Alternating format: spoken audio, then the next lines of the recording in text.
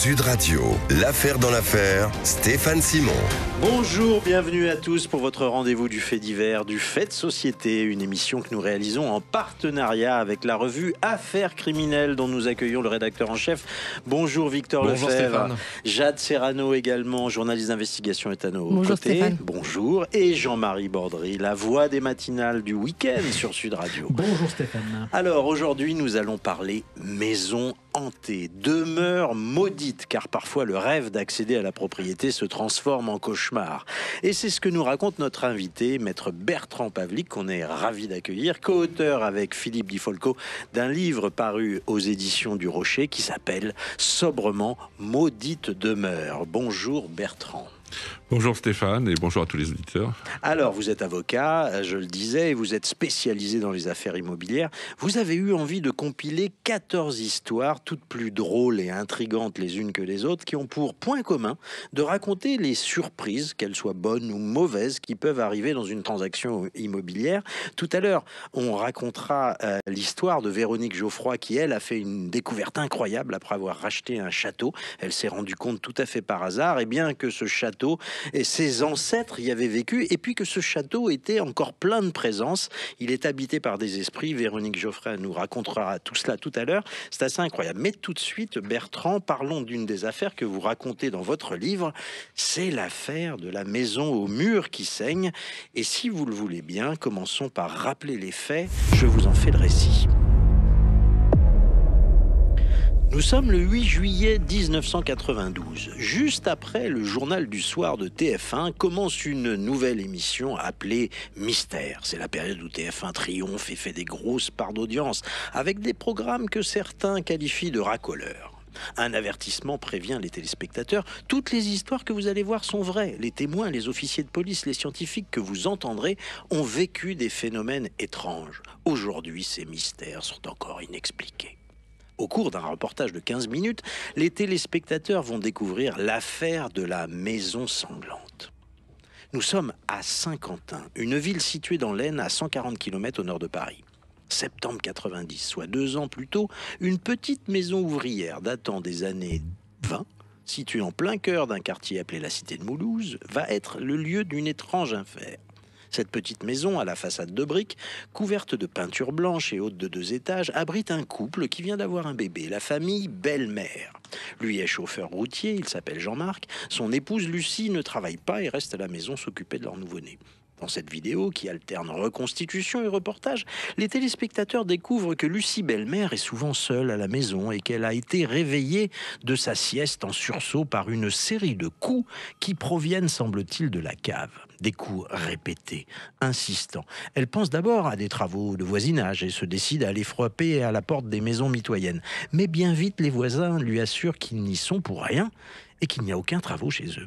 De retour chez elle, stupeur, elle découvre avec horreur des giclées de couleur rouge maculant les murs de la chambre du bébé. C'est un traumatisme dont Madame Bellemare ne se remet pas. Que s'est-il passé? Qui peut leur en vouloir ainsi? Le soir, son mari, dubitatif, calme son épouse pendant qu'elle nettoie les murs. Il raconte que cela peut être une mauvaise blague, mais durant la nuit, les séries de coups reprennent. Le couple est réveillé et tombe cette fois sur de nouvelles giclées sur les murs, mais de leur propre chambre. Et le phénomène va se répéter. Lucie convoque sa mère qui passera la nuit suivante avec eux et assiste à une nouvelle séance de bruits étranges et de nouvelles giclées de ce qui ressemble à du sang. Au matin, la famille Bellemare, épuisée, appelle la gendarmerie de Saint-Quentin qui débarque bientôt chez eux. Le couple semble parfaitement maître de leurs émotions et explique clairement leur histoire. Les prélèvements sont faits et la matière rouge est envoyée au laboratoire. Et le rapport d'analyse sera bientôt sans appel. Il s'agit bien de sang humain. Les gendarmes, suspicieux, décident d'en avoir le cœur net. Ils confisquent les clés de la maison et saupoudrent le sol de farine afin de voir d'éventuelles traces que des intrus feraient. Quand ils reviennent le lendemain sur les lieux, les gendarmes constatent dans un premier temps que le sol est intact, aucune trace de pas, mais sur la porte d'entrée, à l'intérieur de la maison, une giclée de sang encore. En quelques jours, la maison des Bellemare devient le théâtre de visites.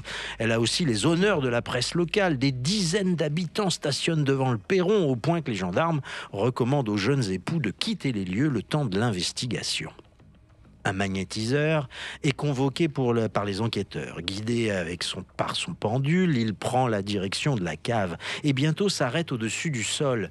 Le magnétiseur est formel. Il faut voir ce qu'il y a sous le ciment et la terre. Son pendule oscille de façon hystérique. Le magnétiseur pense qu'il y a peut-être un cadavre ou une source d'énergie. Un renfort armé de pioches entreprend de défoncer le sol et en dépit d'efforts très importants, rien n'est retrouvé. C'est ainsi que se termine le reportage. Vient le temps des débats et des conjonctures sur TF1. À l'issue, une seule certitude, l'affaire est désormais classée, même si elle reste inexpliquée. Alors Bertrand Pavlik, je rappelle que vous êtes avocat spécialisé dans ces affaires immobilières. Vous racontez cette histoire de la maison aux murs sanglants, mais vous en apportez la solution, et la solution n'a rien de surnaturel.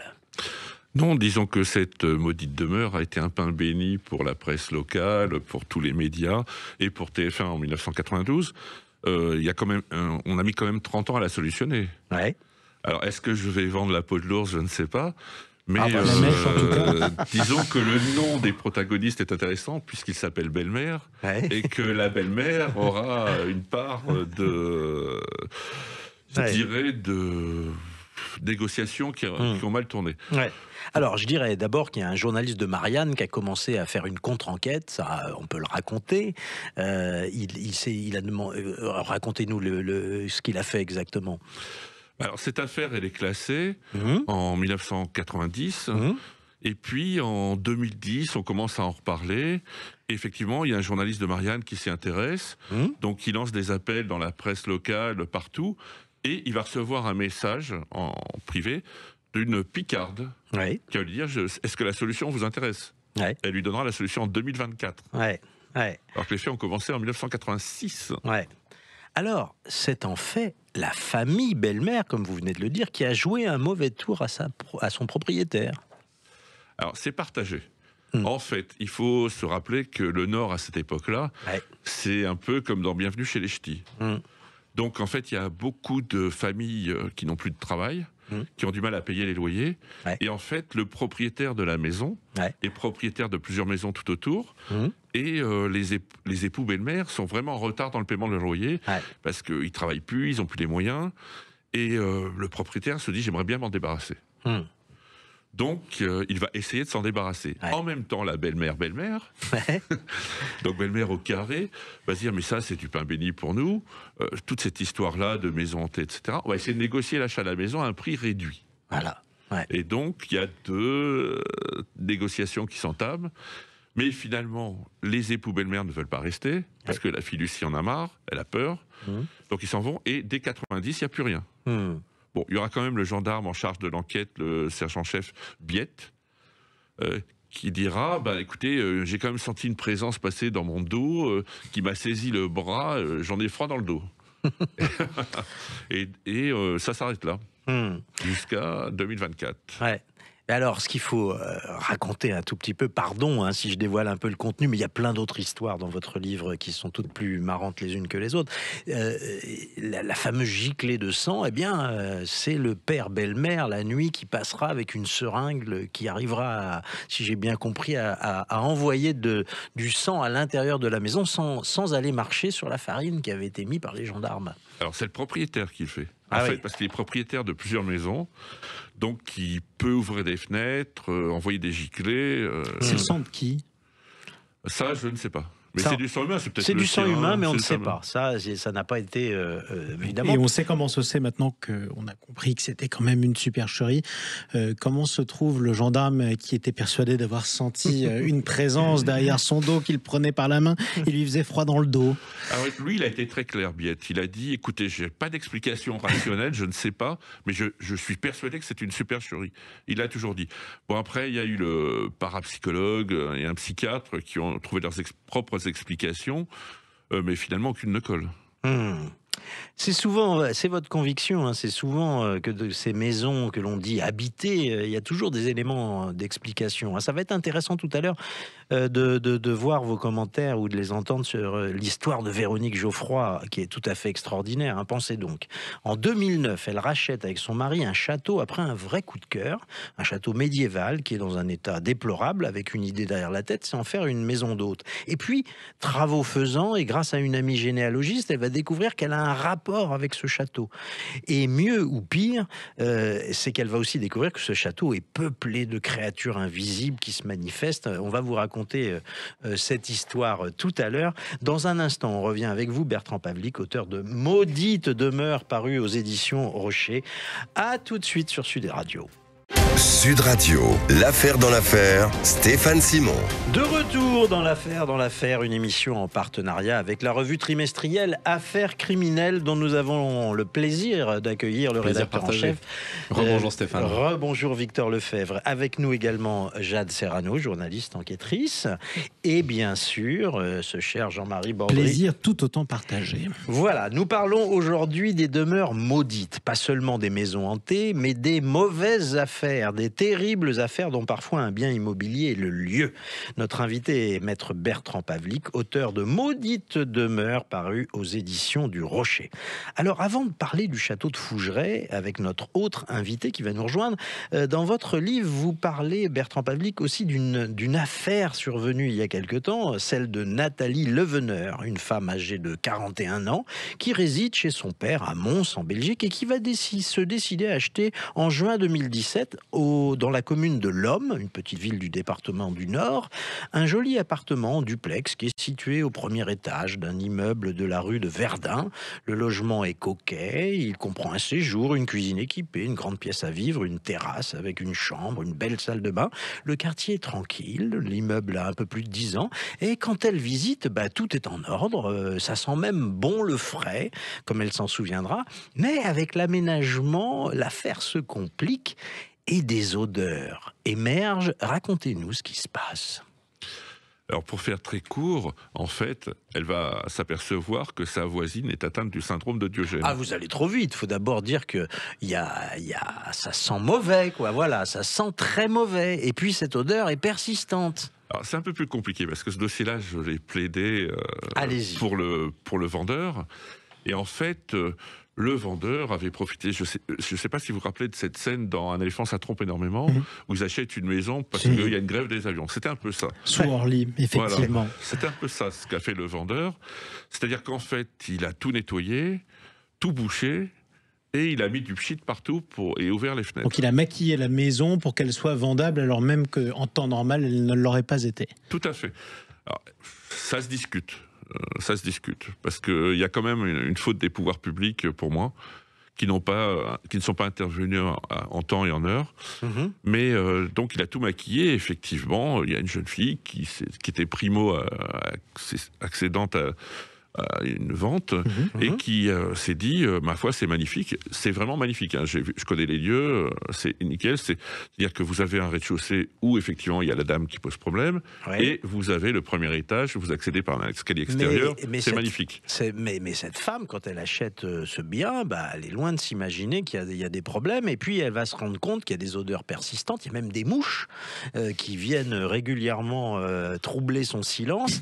Bon, on peut penser que c'est un cadavre caché quelque part, mais c'est pas du tout ça. Donc vous avez donné déjà la solution. La voisine. Et la voisine, déjà, elle a oublié, elle remplit une camionnette au rez-de-chaussée. Oui, c'est-à-dire que quand vous devez accéder au premier étage, vous passez devant le parking. Et effectivement, il y avait une voiture, disons, abandonnée, avec remplie d'objets divers et variés, de détritus, et c'est innommable. Innommable. C'est couvert d'excréments. Bon, déjà ça c'est odorifère, on va dire, mais c'est pas tout.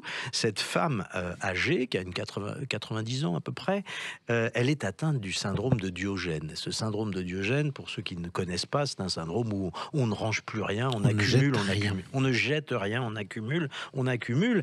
Et donc dans son appartement, c'est un fatras incroyable. Ah ben c'est totalement innommable. De toute façon, vous ne pouvez pas y pénétrer sans être protégé avec un masque, enfin une combinaison.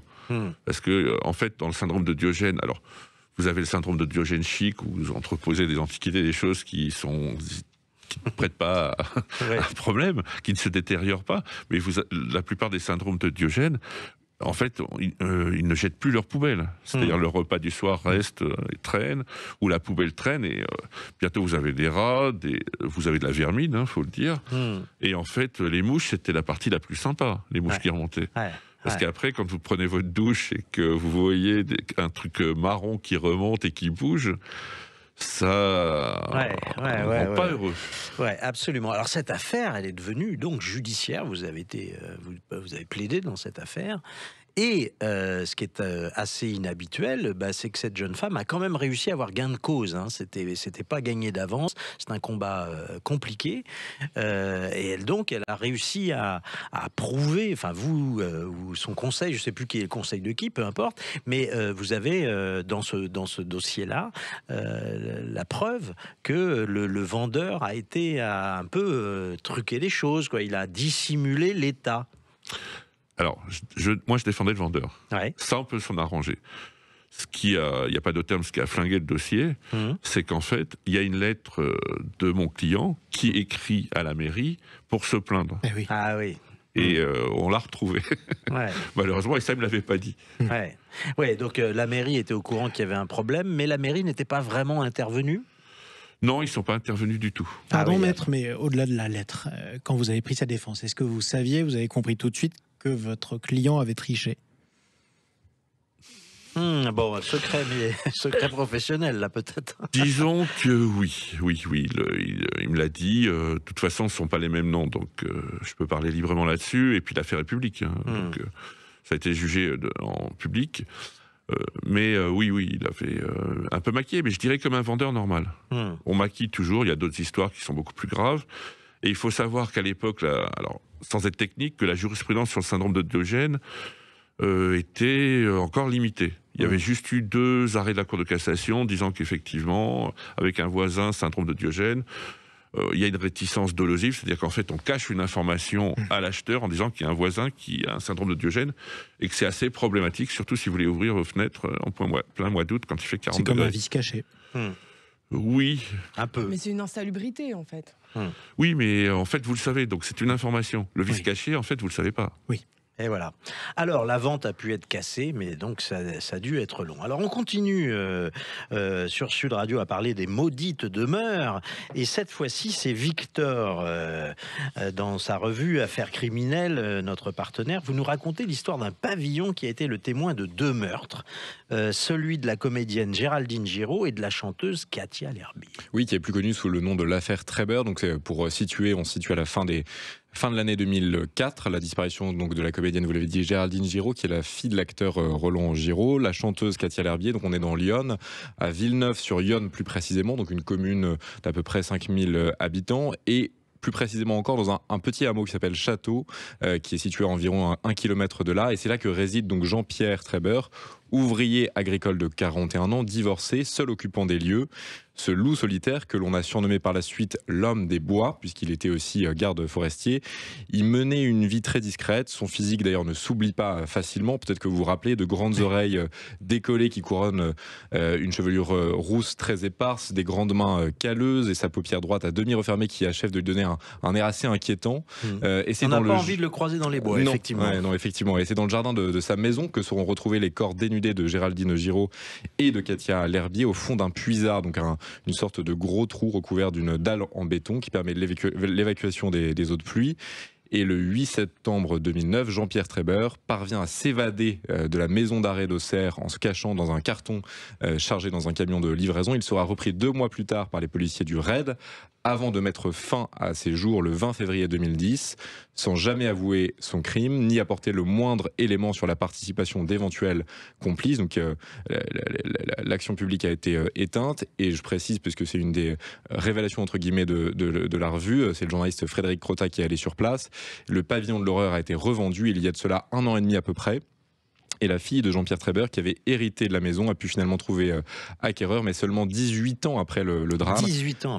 Et le petit pavillon de 70 mètres carrés a été vendu au prix de 90 000 €, donc bien en dessous des prix pratiquée dans cette région. Alors c'est amusant parce que cette maison, elle est dans le même village de Lyon que celle du docteur Petiot. Ça fait quand même 2 maisons de l'horreur, si j'ose dire. Oui, et effectivement, le docteur Marcel Petiot, un docteur Satan, peut-être que vous vous rappelez, né à Auxerre. Ce personnage a été condamné à la peine capitale en 1946 et entre 1942 et 1944, il commet 27 assassinats, dont ceux de 12 juifs auxquels il promet de les aider à quitter le pays avant de les délester de leurs biens et de les faire disparaître dans une chaudière à bois.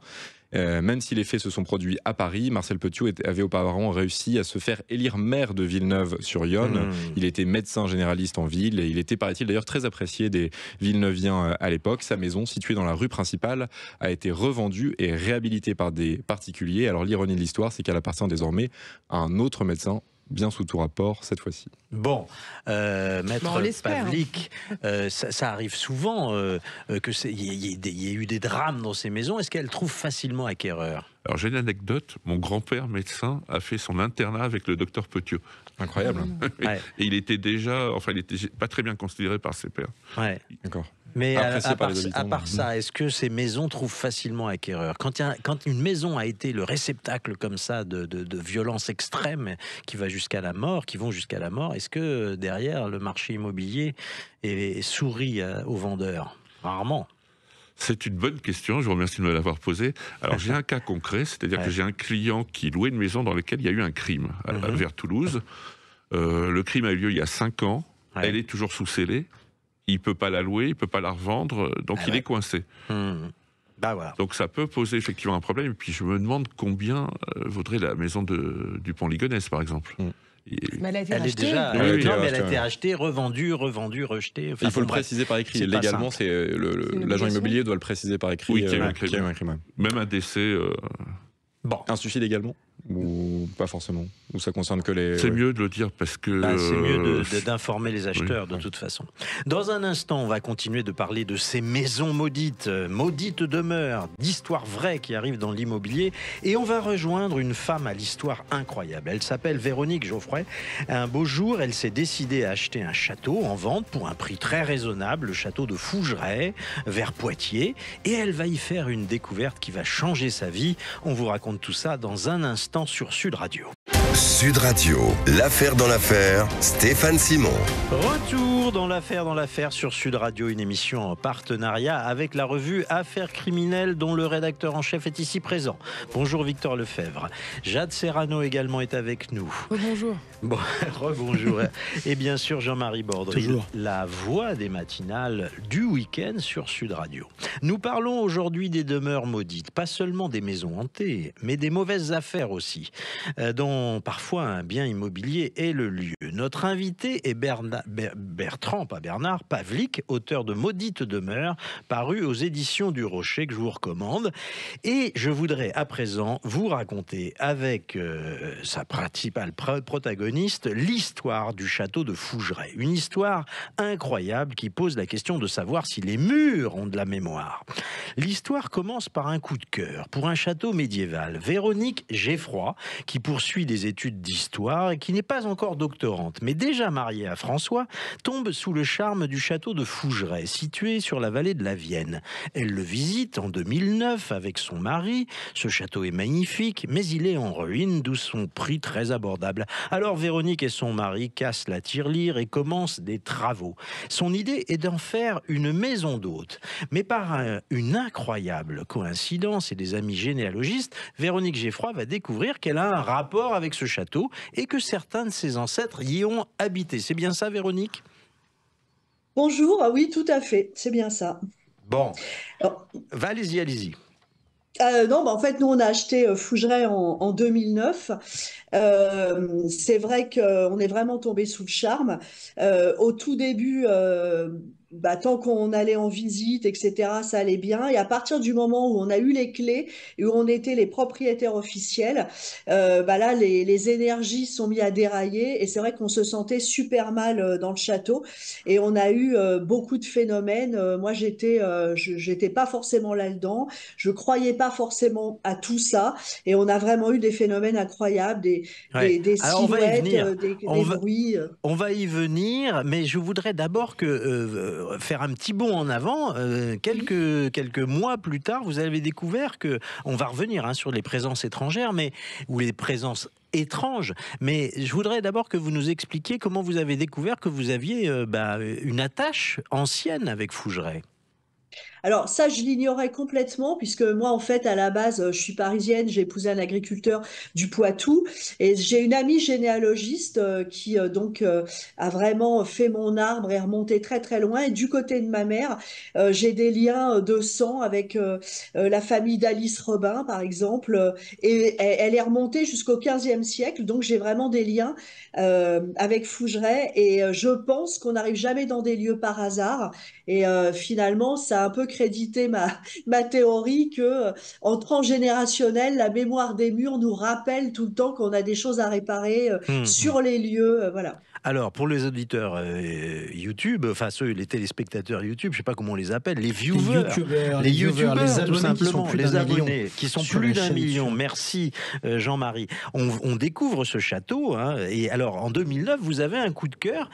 Faut dire que pour les auditeurs, c'est un rêve de jeunesse pour vous d'acheter un château. Ah, complètement. Moi, depuis que je suis toute petite, je voulais vivre dans un château. Alors évidemment, je me rendais pas compte de tout ce que ça allait impliquer, mais c'est vrai que c'était un rêve d'enfant, en fait.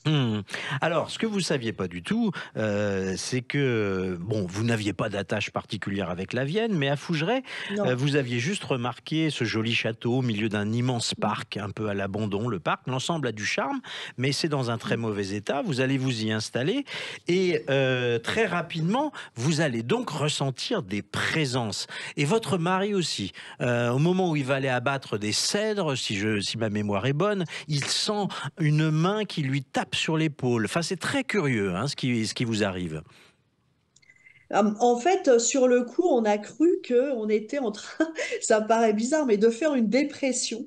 Ou alors on avait tellement de soucis, on s'est dit c'est pas possible, on déraille. François, les premiers phénomènes qu'il a eu, c'était tactile, c'est-à-dire vraiment quelqu'un qui lui tapait sur l'épaule, comme il s'est retourné, il y avait personne. Moi, c'était plus des silhouettes que je voyais traverser les couloirs, des voix aussi. Quand je rentrais dans le château, j'avais tout le temps l'impression qu'il y avait une radio qui n'avait pas été éteinte. Alors j'avais pas de radio, j'avais rien, mais et ça parlait, il y avait du brouhaha. Par contre, je comprenais pas ce que ça disait, et on a eu, en fait, ça a été crescendo. Oui, il y a des bruits aussi, des bruits de talons, des bruits de vaisselle, des voix, vous le disiez. Et puis ces fameuses silhouettes. Alors, il y a des gens, donc vous finissez par avoir l'impression qu'il y a des gens qui vivent à Fougeray, et vous parlez notamment d'une certaine Alice, dont vous allez voir la silhouette, qui est une jeune femme élégante des années 20. Alors, Alice, en fait, moi, j'ai une médium, une amie médium. Je connaissais pas tout ce milieu. Il a fallu que je me renseigne pour avoir des gens sérieux, qui est venue à Fougeray et qui m'a dit, mais il y a une jeune fille qui est décédée de maladie, qui est souvent là, qui est encore là, en tout cas. Et c'est vrai que dans cette chambre, on a eu énormément de phénomènes, avec des voix de jeunes filles. On a eu des déplacements d'objets. Il y a je suis pas la seule à avoir vu des silhouettes. Heureusement, sinon j'oserais pas en parler. Et Alice Robin, donc, est toujours présente à Fougeray. Elle est décédée à 22 ans. Bon, alors ça, c'est grâce à l'intermédiaire d'une médium que vous avez fait venir, que vous avez pu rentrer en contact avec ces esprits. Alors, ce qui est incroyable, c'est que Sud Radio n'est pas la première radio à parler de ce château de Fougeray. Vous avez vous-même publié aussi un livre sur les invisibles de Fougeray. Ce château est ouvert au public, et pas seulement pour les journées du patrimoine. Et il y a beaucoup de journalistes qui sont venus au château de Fougeray, et je dois dire qu'il y en a un certain nombre qui sont partis avant le lever du soleil. Beaucoup d'autres ont témoigné qu'ils avaient ressenti des choses. Donc c'est quand même troublant, toute cette affaire.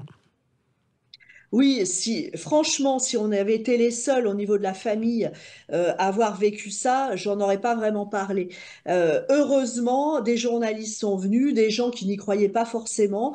On a même des gens qui nous ont dit, bah moi je viendrai plus à Fougeray, j'ai vraiment eu trop peur parce qu'en fait ça dépasse un peu l'entendement tout ça. Quand on voit des déplacements d'objets, qu'on entend des voix, qu'on voit une silhouette, intellectuellement on est un peu perdu. Donc c'est vrai qu'il y a des gens qui étaient complètement en dissonance cognitive là, et on a eu des gens qui sont partis au milieu de la nuit, mais vraiment en laissant leurs affaires, qui ont vraiment eu peur. Alors moi, j'ai eu très peur au début et là, maintenant, je m'y habitue.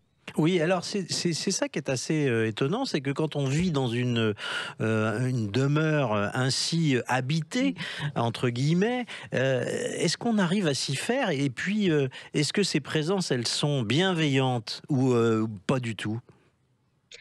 Alors, est-ce qu'on arrive à s'y faire? Oui, j'ai mis du temps, hein. Ça fait quand même 16 ans qu'on est à Fougeray. J'ai mis beaucoup de temps. Je l'ai mis en vente en 2012 d'ailleurs, parce que je pensais que je ne m'y ferais jamais. Ah, et là, vous n'avez pas croisé Maître Pavlik, parce qu'il est spécialisé dans les questions immobilières et dans les demeures maudites. Ce sera un cas juridique intéressant. Alors, si je l'avais mis en vente sous l'effigie d'une demeure maudite, c'était... De toute façon, ça a été grillé d'avance parce que la réputation de Fougeray l'avait précédé. Et donc, l'agent immobilier, qui était un agent immobilier spécialiste en château sur l'international, m'a dit, c'était compliqué, en fait, pour lui. Donc, on l'a retiré de la vente. On s'y est fait, ça a été long, mais maintenant on s'y est fait. Est-ce que les présences sont bienveillantes? Sincèrement, aujourd'hui, je pense que oui, puisque je sais que ça va paraître extrêmement bizarre ce que je vais vous dire, mais on fait des séances de spiritisme des fois pour communiquer avec eux quand on a besoin d'un conseil, quand on sait pas tellement, quand on sait pas trop quoi faire, et on a toujours été conseillé avec bienveillance. Et quand je les écoute pas, finalement, c'est moi qui ai le retour de bâton. Donc je pense vraiment qu'ils sont bienveillants. De toute façon, s'ils avaient été malveillants, je serais partie. Hein. Il y a Jean-Marie Bordry qui a l'air tout à fait circonspect. Non, mais c'est vrai que je suis très cartésien. Je vous fais une absolue confiance. Vous allez l'inviter à Fougeray. Vous avez le plus cartésien des 5 personnes autour de la table qui vous écoutent religieusement et avec effectivement l'étonnement qui est justifié par l'histoire que vous nous racontez, effectivement. Ouais. Alors, il y a aussi une autre présence dont vous avez parlé dans votre livre qui était publié il y a quelques années chez Michel Lafon. Je dis quelques années, mais c'est peut-être pas si ancien que ça. J'ai plus la date de parution en tête. C'est un certain Félix, un homme élégant, une espèce de dandy. C'est bien ça? Absolument. Alors Félix, c'est un petit peu, alors je sais que ça peut paraître bizarre aussi, mais c'est un petit peu mon chouchou. Et finalement, quand vraiment j'ai besoin d'un conseil, je demande si Félix est là, parce que bon, je veux pas non plus déranger. Et en spiritisme, j'ai des réponses. Et j'ai passé une période un petit peu trouble dans ma vie, ça allait pas moralement, j'étais pas bien, etc. Et j'ai des amis qui ont fait une séance de spiritisme. Félix est venu et il a dit, mais je veux savoir pourquoi Véronique pleure. Il s'inquiétait pour moi. Alors, je sais que tout ça, ça peut vous paraître complètement dingue, mais mes amis ne savaient pas tout ça. Donc, Félix était vraiment bienveillant avec moi. Il s'inquiétait pour moi. Et vous savez, pour vous répondre, mon mari, il est agriculteur. On est agriculteur en bio. Il a une ferme. Et si vous voulez, il est agriculteur depuis toujours. Hein. Il a les pieds sur terre, c'est ce que vous voulez nous dire. Voilà, c'est quelqu'un qui est très ancré, qui a les pieds sur terre, qui travaille avec la nature. Je ne me serais pas permis d'en douter, madame, ni pour vous, ni pour lui, de toute façon, je vous l'assure. Non, mais c'est vrai. Et il lui est arrivé des tas de choses que moi, je l'ai entendu. En plus, votre mari sur une autre antenne, c'est assez incroyable. Alors, on va revenir dans un instant. On parlera de Félix, on parlera des autres présences. Et on va continuer à parler de ces demeures plus ou moins maudites, en tout cas habitées curieusement. À tout de suite sur Sud Radio. Sud Radio, l'affaire dans l'affaire, Stéphane Simon. Retour dans notre émission en partenariat avec la revue trimestrielle Affaires criminelles, dont le numéro 2 est actuellement chez votre marchand de journaux ou chez votre libraire, et dont nous avons la chance d'accueillir le rédacteur en chef Victor Lefebvre. Rebonjour Stéphane. Rebonjour également Jade Serrano, journaliste d'investigation, et rebonjour Jean-Marie Bordry. Bonjour. Nous parlons aujourd'hui des demeures maudites, pas seulement des maisons hantées, mais des mauvaises affaires, des affaires dans l'immobilier qui sont parfois le théâtre de pratiques douteuses. Notre invité est Bertrand Pavlik, Véronique, auteur de Maudite demeure paru aux éditions du Rocher. Et puis avec nous, Véronique Geoffroy. Je rappelle votre histoire. En 2009, Véronique et son mari vont racheter le château de Fougeray dans la Vienne, sur la vallée de la Vienne. Un bien beau château dont nous avons vu quelques images. Et Véronique va rapidement se rendre compte qu'elle a un rapport avec ce château très particulier. 2 de ses ancêtres y auraient vécu. Mais alors, Véronique va aussi s'apercevoir qu'il y a des présences qui se manifestent par des bruits étranges, de jour comme de nuit, des silhouettes qui passent. Et puis, Véronique s'est décidée à ouvrir à d'autres l'expérience de la rencontre avec des esprits. C'est cela, Véronique. Tout à fait. Alors en fait, c'était un peu comme une catharsis pour nous. Il fallait absolument qu'on en parle. Et on a décidé d'ouvrir les chambres d'hôtes sur la thématique quelque part de la hantise, en expliquant aux gens peut-être que vous vivrez des choses. Peut-être que vous ne vivrez strictement rien, hein, puisque c'est pas non plus un cirque et c'est pas sur commande. Et c'est vrai que on a eu beaucoup de gens qui sont venus et qui viennent encore. Et on a quand même pas mal de témoignages de gens qui corroborent ce que nous on a vécu. Alors, je voudrais vous poser une question. Vous dites c'est pas de la science exacte, ça on s'en doutait, mais est-ce que vous avez déjà reçu des journalistes ou des gens, des sceptiques qui ont passé une nuit profonde, bien sûr, sans rien ne remarquer d'anormal? Ah oui, ça arrive, bien sûr. Ouais. Alors là, les gens sont déçus. Alors, quand il se passe des choses trop fortes, ils partent et ils râlent. Ouais, non, mais c'est vrai, il y a des gens... Le Français, en général, toujours mécontent, vous savez. Le Français veut des sensations fortes, pourtant. Ben oui, il y en a, ils partent parce qu'ils me disent « Ah ouais, mais non, on n'a rien eu, c'est dommage. » Donc là, ils sont déçus. Et quand il y a des choses trop impressionnantes, ils partent aussi, voilà. Mais bon, en règle générale, les gens qui viennent, ils savent à peu près à quoi s'attendre. On a quand même des fidèles qui reviennent régulièrement. Ils savent vraiment comment ça marche, que ça dépend ni de nous ni des gens qui viennent. Et finalement, c'est en lâchant prise vraiment qu'on a des choses hyper intéressantes d'ailleurs. Hein. Ouais. Alors, dans cette histoire de communication avec l'au-delà, vous avez fait venir comme ça des médiums et vous organisez une fois par mois, c'est à peu près ça le rythme. Vous ouvrez votre château à des curieux, c'est ça? Oui, alors des curieux, de toute façon, tous les gens qui viennent sont curieux parce que on a beau dire, c'est très clivant comme sujet, mais qu'on y croit ou qu'on n'y croit pas, on sait qu'on va tous mourir. Ça, c'est une vérité universelle et absolue. Et de toute façon, tout le monde se pose la question de l'après. Y a-t-il un après? Donc, on a des curieux, des sceptiques, on a des gens qui y croient à fond, on a des gens qui sont dans le doute. On a de tout et en fait on organise avec des tout petits groupes des séances de spiritisme, on organise des choses comme ça et on a des résultats des fois extrêmement intéressants. Donc voilà, après nous on fait pas de prosélytisme, hein, c'est vraiment pour les gens que ça intéresse. Oui, alors quand même on se souvient qu'au début quand vous avez acheté ce château, vous aviez un rêve de transformer ça en maison d'hôte. Est-ce que vous n'avez pas, je dirais, trouvé finalement une martingale intéressante? Vous faites venir les gens en disant qu'il y a ce château qui est habité. Ça, on pourrait vous le reprocher. On pourrait dire, elle a trouvé une manière de faire une forme de tourisme de l'étrange. On me le reproche. Parce que vous savez, sur les réseaux sociaux, il y a toujours des haters, ils me le reprochent. Mais peu importe, nous, c'est vrai qu'on a choisi cette thématique parce qu'on l'a vécu et quelque part au départ, ça nous faisait du bien d'en parler avec d'autres gens aussi, hein, qui eux-mêmes avaient vécu autre chose dans d'autres endroits.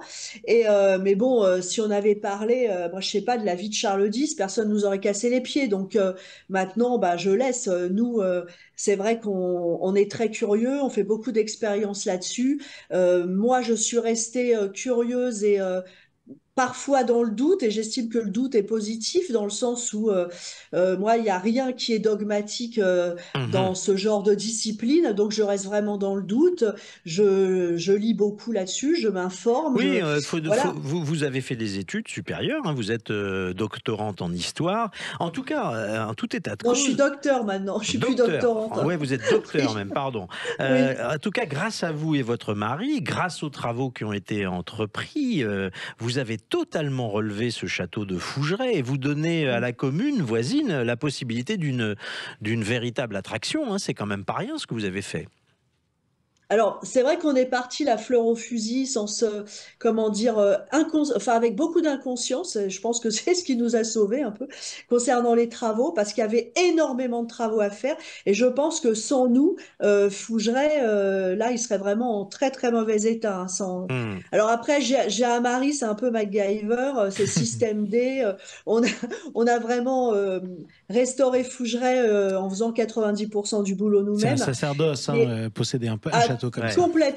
Complètement. Restaurer un château, c'est un sacerdoce. Alors, Jade Serrano, j'aimerais profiter de votre présence pour dire qu'il y a des arnaques célèbres avec les esprits frappeurs. Hein. Jade, rappelez-vous cette affaire qui avait été jugée en 2017, un médium breton qui escroquait des propriétaires pour désenvoûter leur maison contre 12 000 €. Il n'y allait pas de main morte. Oui, Stéphane, ce désenvoûteur de maison, nous l'appellerons Jean, un sexagénaire breton qui se déclarait médium et qui avait par exemple promis à un futur acquéreur d'un bowling de désenvoûter le lieu avant son achat pour la modique somme de 12 000 €. D'autres belles promesses aussi faites par Jean le médium, cette fois à la propriétaire d'une maison qui lui a versé seulement 1 000 €, vous me direz, pour, tenez-vous bien, nettoyer le champ astral de son pavillon avant de le vendre. Mais malheureusement, malgré l'intervention divine de Jean, la maison ne s'est jamais vendue. En une année, Jean le désenvoûteur de maison a ainsi gagné plus de 63 000 €, soit 5 300 € par mois. Mais c'était sans compter sur les dépôts de plaintes de ses clients déçus et mécontents de ne voir aucun résultat suite aux interventions de Jean sur leur demeure. Et voilà, Jean le médium condamné par le tribunal de Saint-Malo en 2017 pour escroquerie, 6 mois de prison avec sursis, et il a dû rembourser les anciens clients. Alors, de votre côté, Bertrand Mais vous savez, excusez-moi, vous savez que moi, on m'a proposé 1 000 € du mètre carré pour virer mes fantômes. Hein. C'est à peu près du même truc. Hein. Ouais. Alors, de votre côté, Bertrand Pavlik, vous racontez dans votre livre que des personnes rachètent des châteaux pour les démanteler. C'est assez étonnant, cette affaire. Tout à fait. Et la loi française n'est pas très protectrice, puisque vous avez lu l'histoire, donc vous avez lu ma conclusion. Allez, racontez-la, parce que moi, je ne suis pas l'ensemble des auditeurs de Sud Radio. C'est-à-dire qu'en fait, c'est une affaire bien connue d'une japonaise dans les années 90 qui rachetait des châteaux pour les démembrer et puis vendre les cheminées, les poignées de porte à des prix défiant toute concurrence. Et en fait, il n'y a pas de loi protectrice contre ça. Il y a une loi, du 5 janvier 1988, je vais juste légèrement technique, dite de protection du patrimoine monumental. En fait, qui est une mesure d'incitation fiscale. C'est-à-dire que si vous héritez de biens comme un château, avec du bien mobilier, et si vous engagez à le faire visiter au public, vous bénéficiez de déductions fiscales. C'est l'article 795A du Code général des impôts pour ceux qui veulent approfondir la question. En revanche, si le château est classé monument historique ou même à l'inventaire supplémentaire, là on ne peut pas le toucher quand même, rassurez-moi. Non, on peut pas le toucher, c'est ce que... Ah oui. Mais le problème, c'est qu'on a tellement de châteaux qu'on ne les classe pas tous. Et c'est ceux-là qui sont les cibles des... Mais vous avez des collections célèbres de comtes et de pairs de France, de châteaux qui ont été démembrés ou qui ont été vendus. C'est la morale de l'histoire. C'est que dans cette histoire de la japonaise, elle a été poursuivie simplement pour des raisons de droit des sociétés et pas parce qu'elle démembrait les châteaux. Les juges ne se sont pas du tout intéressés à cela. Bon, c'est très bien, c'est très intéressant. Moi, je voudrais demander à Véronique Geffroy, en conclusion, ce château qu'elle avait trouvé dans un bien triste état, vous l'aviez payé cher? Comment ça s'était passé à l'époque?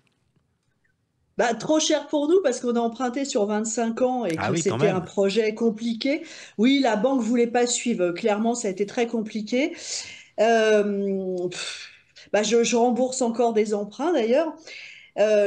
C'est pas tellement le coût, en fait. On trouve des châteaux pour 250 000 € aujourd'hui. Je veux dire, c'est pas un coût super excessif par rapport, à un appart sur Paris, exactement.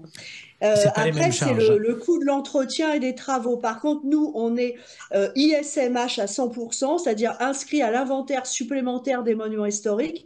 Et je peux vous dire que si je m'amusais à le démanteler, ça ne se passerait pas tout seul. Alors, il y a peu de châteaux classés, mais il y a quand même beaucoup de châteaux qui sont ISMH. ISMH, c'est juste inscrit. Mais simplement l'inscription, la DRAC se mêle immédiatement parce qu'elle est au courant des nouveaux propriétaires et elle se mêle immédiatement tous les travaux que vous allez entreprendre. Alors, c'est pour ça que ça m'étonne, ces histoires de démantèlement, mais bon... Bon, eh bien écoutez, le château de Fougeray est ouvert à tous les curieux qui sont amateurs de grands frissons. Et je vous rappelle que vous pouvez aller voir la revue de Monsieur Lefebvre, Affaires criminelles, qui a été récompensée par le prix des lecteurs en vous rendant sur le site affaires-criminelles.fr. Et puis je voudrais remercier Bertrand Pavlik et Véronique Geffroy d'avoir été avec nous. Vous pourrez retrouver notre émission sur la chaîne YouTube de Sud Radio, déjà plus d'1 million de followers. Merci à tous. À la chaîne YouTube de Sud Radio. Exactement. La semaine prochaine, on se retrouve samedi à midi. Tout de suite, Alain Marty nous emmène sur les routes des vins de France. Mais devinez quoi? Dans d'autres châteaux, tout simplement. Mais pas hantés, voilà. juste après les infos. Quelle transition. À tout de suite sur Sud Radio.